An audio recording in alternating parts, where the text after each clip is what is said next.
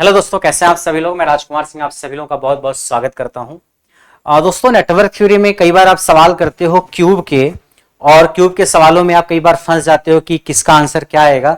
तो आज मैं उसको एक शॉर्ट फॉर्म में आपको बताने की कोशिश करता हूं कि एक क्यूब क्या होता है। एक क्यूब में टोटल 12 भुजाएं होती हैं और 6 फेस होते हैं। कितनी भुजाएं होती हैं? 12। और फेस कितने होते हैं? 6। जैसे मैं दिखाऊंगा आपको, एक क्यूब जैसा ही है, एग्जैक्ट क्यूब तो नहीं बट क्यूब जैसा मान लीजिए आप। इसमें देखो, एक फेस ये है, एक दूसरा फेस ये है, तीसरा फेस ये है, चौथा फेस ये है पीछे वाला, एक फेस ये है 5, एक फेस ये है 6। टोटल 6 फेस होते हैं। कौन? 1 2 3, पीछे वाला 4, ऊपर वाला 5, नीचे वाला 6। 6 फेस होते हैं। टोटल 12 एज होते हैं, 12 भुजाएं होती हैं। देख पा रहे हो 12 भुजाएं? ये 12 भुजाएं, 1 2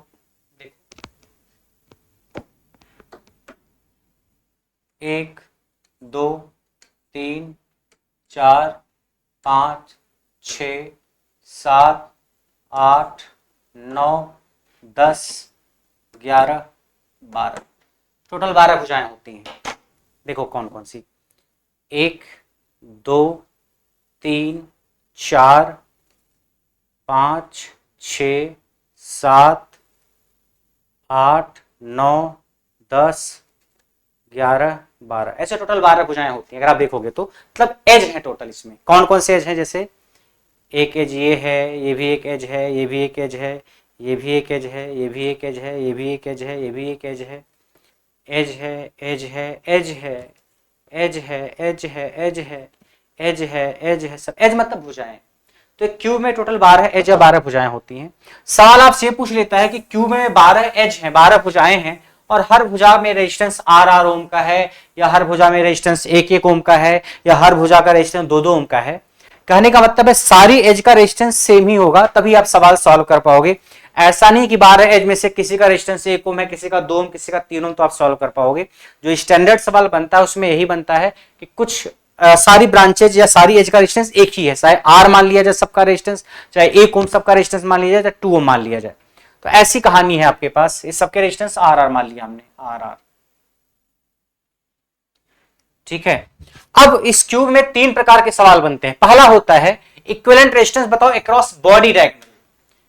क्या पूछता है? एक क्यूब में सब में रेजिस्टेंस है, मैंने रेजिस्टेंस बनाया नहीं, आर इसमें भी है, आर इसमें भी, आर इसमें भी, आर इसमें भी, आर इसमें भी, आर इसमें भी, आर इसमें भी, आर इसमें भी, आर इसमें भी, आर इसमें भी, आर इसमें भी, सब में आर रेजिस्टेंस है। बनाया नहीं मैंने, बट आप समझ लो, जैसे ये डायग्राम है ना, सेम डायग्राम यहाँ पे है, बस रेजिस्टेंस नहीं बनाया है। बॉडी डायगोनल का मतलब क्या होता है?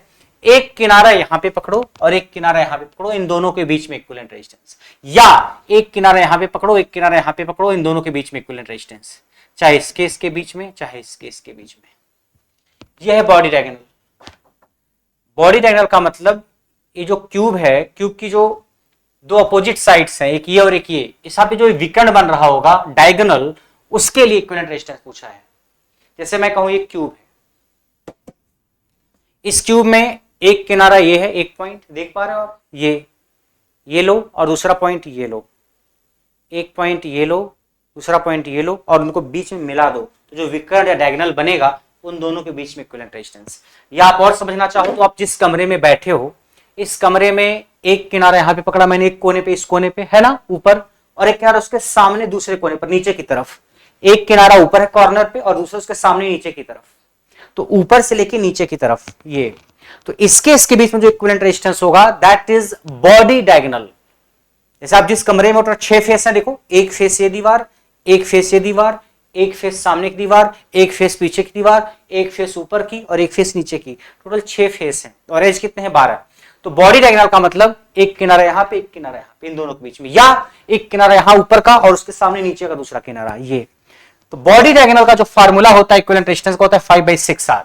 आर क्या है? हर एक एज का रेजिस्टेंस। अब हर एक एज का रेजिस्टेंस अगर 1 ओम होता तो आपका आंसर होता 5/6 × 1, या हर एक एज का रेजिस्टेंस अगर 2 ओम होता तो आपका आंसर होता 5/6 × 2, हर एक एज का रेजिस्टेंस अगर 3 ओम होता तो आपका आंसर होता 5/6 × 3, यानी 5/6 × R is equivalent resistance across body diagonal of a cube which is having resistance of R ohm in every as.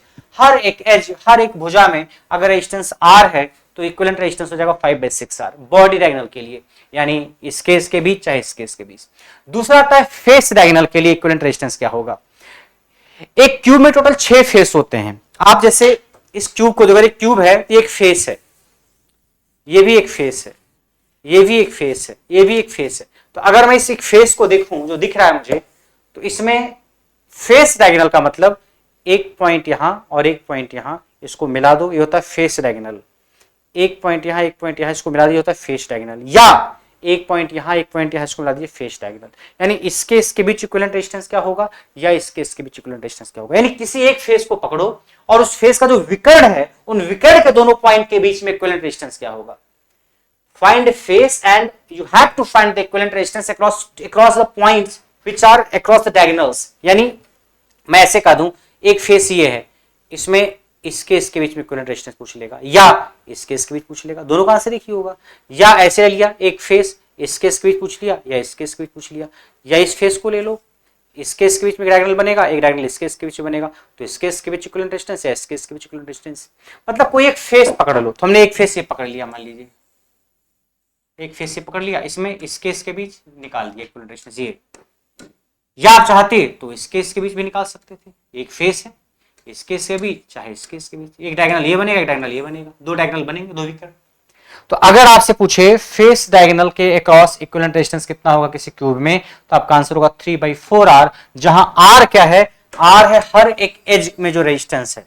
अगर हर एक एज के रेजिस्टेंस को 1 ओम का मान लें, अगर हर एक एज के रेजिस्टेंस को 1 ओम का मान लें, तो आपका आंसर होगा 3/4 × 1, दैट इज 3/4। हर एक एज के रेजिस्टेंस को 2 ओम का मान लें, तो आपका आंसर होगा 3/4 × 2। ठीक, तो हर एक एज का रेजिस्टेंस जो भी दिया हो, 1 ओम, 2 ओम, 3 ओम, 8 ओम, आपको याद रहेगा।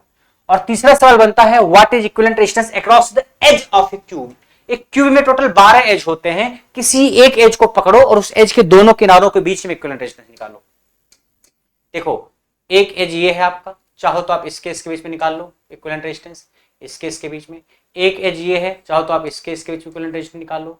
एक एज ये भी है, चाहो तो आप इसके और इसके बीच में इक्विवेलेंट रेजिस्टेंस निकाल लो। एक एज ये भी है, चाहो तो आप इसके बीच में इक्विवेलेंट रेजिस्टेंस निकाल लो। एक एज ये भी है, चाहो तो आप इसके बीच में इक्विवेलेंट रेजिस्टेंस निकाल लो।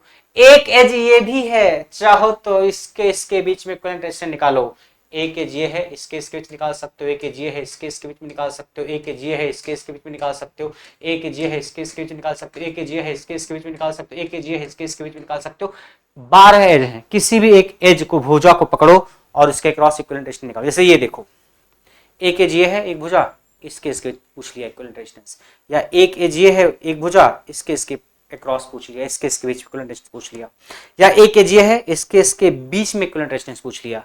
या एक एज ये है, इसके बीच में इक्विवेलेंट रेजिस्टेंस पूछ लिया। या एक एज ये है, इसके बीच में पूछ लिया। एक एज ये है, इसके पूछ लिया। एक एज ये है, इसके पूछ लिया। तो किसी एज के अक्रॉस इक्विवेलेंट रेजिस्टेंस आपसे पूछेगा तो आप आंसर निकाल ले जाओगे। उसका आंसर है 7/12R।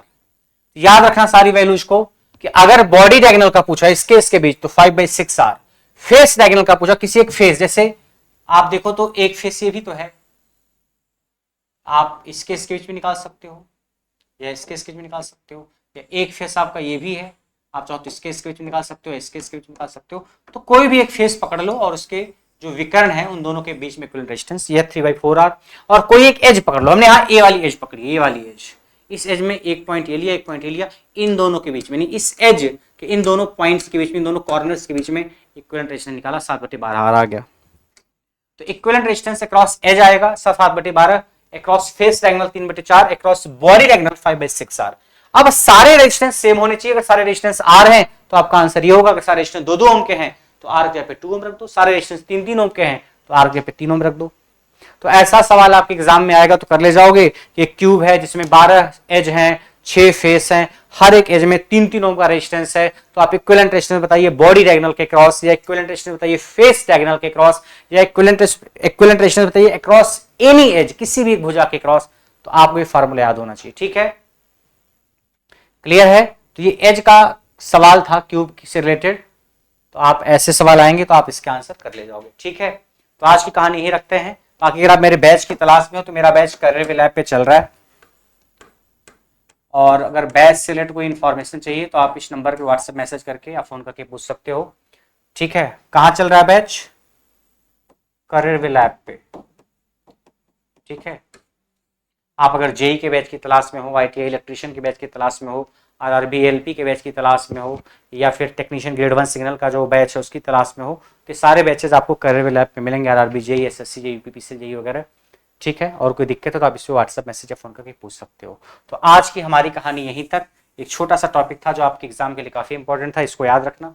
बाकी की कहानी नेक्स्ट क्लास में करेंगे, तब तक के लिए नमस्कार।